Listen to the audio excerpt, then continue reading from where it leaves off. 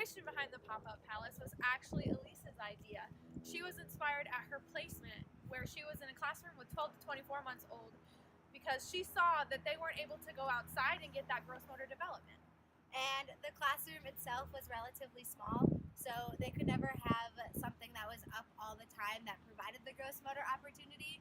And none of the products out now that provide gross motor development can be taken apart and stored.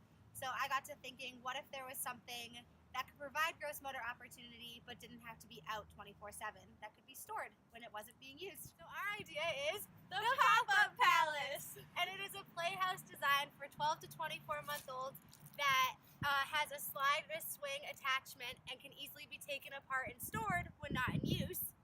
The inside of the Pop-Up Palace also has fine motor tactiles, so that the children can work on their fine motor development with their hands and their fingers.